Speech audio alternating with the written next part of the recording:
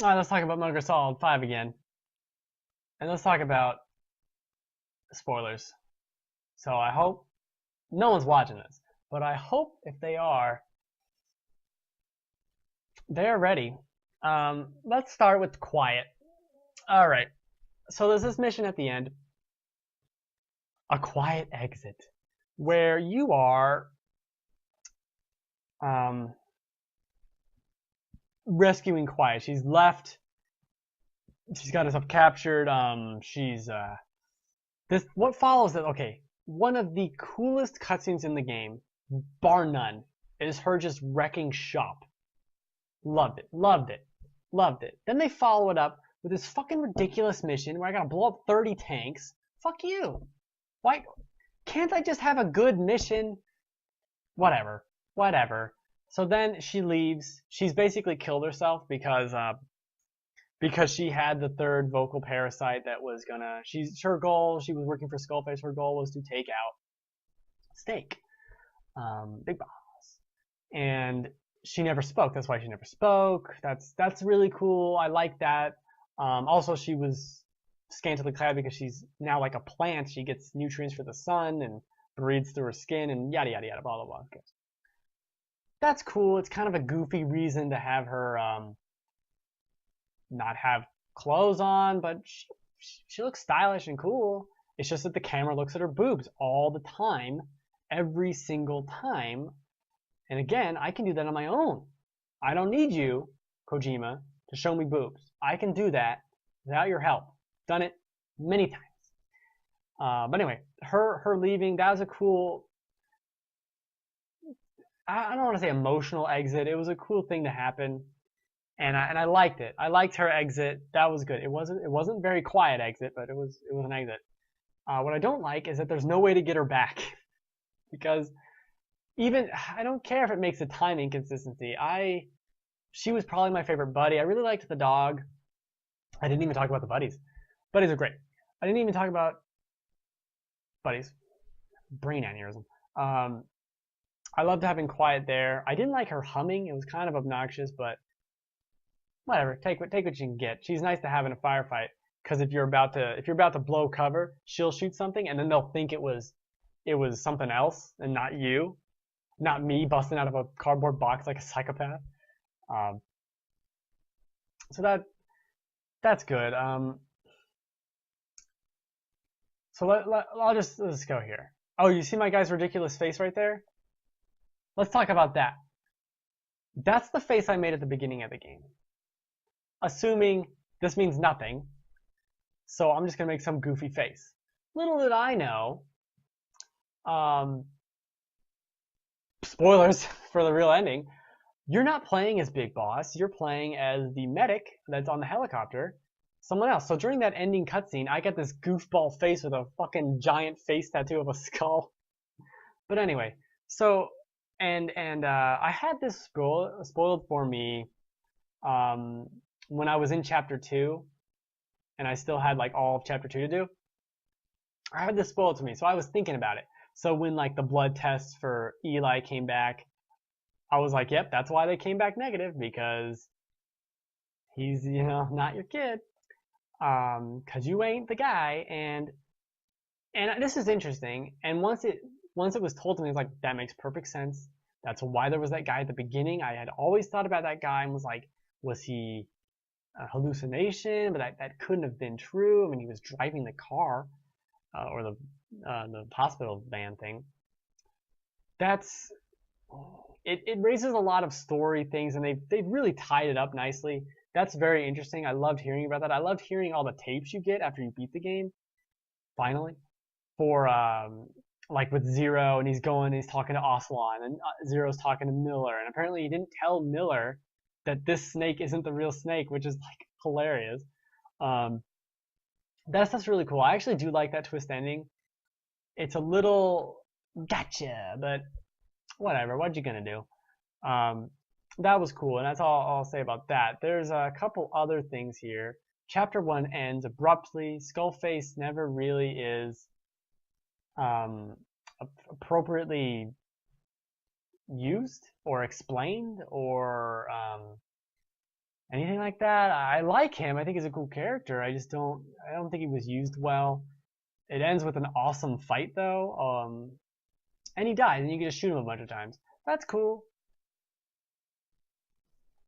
Skullface, least memorable, perhaps most influential, since what he did to Zero. It basically put Zero into his coma. He caused this whole the twin snakes, not really, to happen. That's cool. Let's talk about Yui though. This guy is so annoying, and he's such a liar the entire time. Oh, I didn't do nothing. I didn't do nothing. You did everything. Stop lying. He's like setting outbreaks. He's intentionally. Oh man, the outbreak. I hated the game during that part. It's like killing everyone. I didn't know what was happening. I was just trying to rush through the story mission so that it would stop killing everyone fast enough. I didn't realize I could solve a mystery. I was just trying to get through it. And it was like every 5 minutes. Oh, another person died. Another person died. Like, God, damn it. And then there's the other outbreak at the end.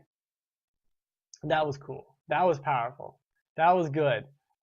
It wasn't as revolutionary or as amazing as some people are making it out to be online. It was what had to be done. These people could kill everyone in the world if they're let out. This parasite. It has to be stopped. There's no excuse here. Oh, also, one of the things this was supposed to kind of show, this game was supposed to kind of, unfulfilled promise perhaps, was that like the descent into madness, the descent of Big Boss into the Big Boss who's evil and bad in the other games. You don't really see that here, especially since it's not Big Boss, and he's off doing his own fucking thing. Who knows? Who knows what's going on? So it doesn't really explain. I guess it kind of does. No, it doesn't really. I don't know. It kind of, if you think about it, it plays Miller and Ocelot against each other. And that one takes side with Liquid and one takes side with Solid. And Big Boss is with Solid. I don't know. It's a convoluted mess, but that's why I love Metal Gear. It doesn't make any fucking sense. Why would it? Why should it, right? Why should Metal Gear make sense?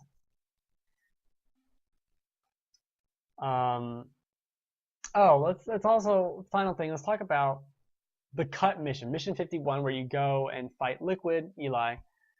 That mission could have been cool. I understand why it was cut. It looks like it would take a lot of money. They were like, well, they had so much of it done. No, they did not. They would have had, there was like no geometry.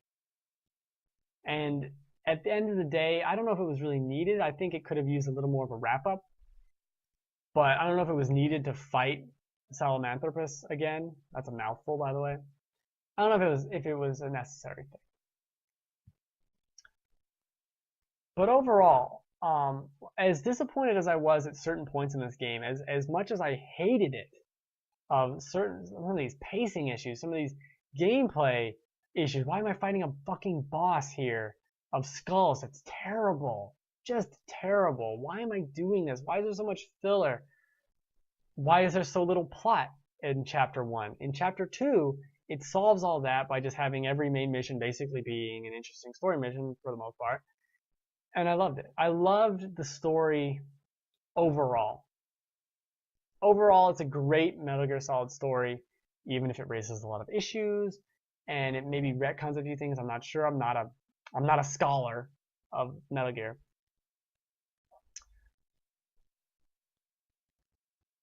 But it's really good. It's the most bipolar I've ever been on a game. You don't usually, you either hate a game or you're kind of like, or you really like it. You don't hate it and then love it and then hate it and then love it like several fucking times. That's not good. But I'm retreading that same topic because it's freaking ridiculous. I don't. It's tough. It's tough because as a Metal Gear fan, it does deliver. It does do a lot of things I wanted to see. Its gameplay is amazing, but the one thing is like just don't do the side ops. Do the side ops at the end. Do just barrel through the missions, and maybe do like 1 or 2 side ops every once in a while. You know, like, oh, this side up's right next to the mission. I'll do that first and then do the mission. Do that. Don't do what I did and spend 10 hours doing side ups. It ruins it. Ruins it. But I think it lived up to everything else. The story, great. I don't think we need another Metal Gear game. I think we're done. We can seal the lid on it. That's how you seal lids now. Patty cake type of deal. One thing I would like to see is Metal Gear Solid 3 redone in this engine. Would love that. But we're not gonna get that. Overall, inventory management like this, kind of stupid, kind of too much. But it's a great game. Really good game. One of the best games of the year for sure. For sure. My favorite game of the year? Nope. Nope, nope, nope, nope. You can't oscillate that hard and still love something. You can't say your pilot did a good job flying the plane if you were nosediving for 3 minutes. Can't say that. You can't say that you did a good job. You can't like, okay, BP, you can't say you did a good job at controlling oil when you spilt it one time and killed a bunch of plants and shit. You can't say you did a good job the whole time. So that in the same way, you can't say that Metal Gear Solid 5 is amazing when parts of it I wanted to just destroy with eye lasers. And that's the show for the week. I don't think anyone's floating around in the chat. And I'm going to be streaming tomorrow for 24 hours, Resident Evil 4. And it's going to be intense. So, thank you for watching this, probably on YouTube, not on Twitch. We'll get there one day. We'll get there one day. It's a good game. It's just kind of all over the fucking ball.